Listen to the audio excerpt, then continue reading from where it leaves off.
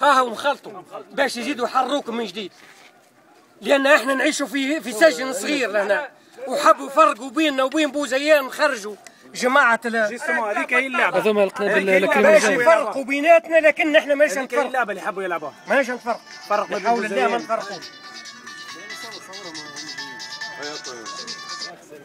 اهلا خير، انا في مقابله صحفيه وعندنا مظاهره هنا، زيد شوي وطلبني. نعم تنعرض بالكهرباء مارشاليه. هذا اللي موجود يا سيدي، هاي حناجر الثوار الصحاحه، هذول خرجوا اليوم كانوا مسجونين هذوما القنابل تحت التعذيب، وخرجوا هم موجودين يحاموا فينا، لان نحن في سجن تو مربع. ان شاء الله يموتوا الشايب والعزوز اللي مشوا تو، خلي تصبح الثوره الثانيه تصبح لنا.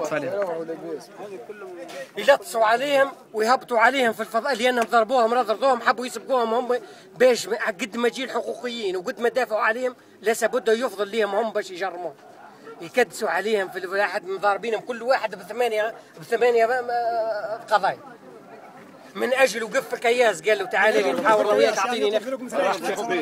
اعطيني نخدم، قال له في قضيه، قال له راح حاورني يسمعني، على الاقل خذ بخاطري، راني انا اللي تجرحت وانا اللي تكسرت وانا اللي تضربت وانا اللي عيطت وانا اللي خرجت الطاغيه، هاي هذا اللي نقول لكم عليه. وان شاء الله ربي يرفق بينا في الفتره هذه، فتره كبيره يا امين. انا معاكم في كل وقت.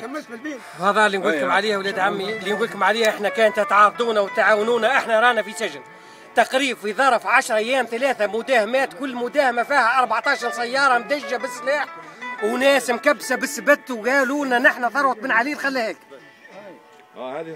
هذه الثروه اللي خلى هيك لهنا، هي قاعده تو جدكم هنا تطلع عليك، والله نفتحوكم قالوا لنا يا كلاب، يوصفوا فينا بالكلاب والخنازير.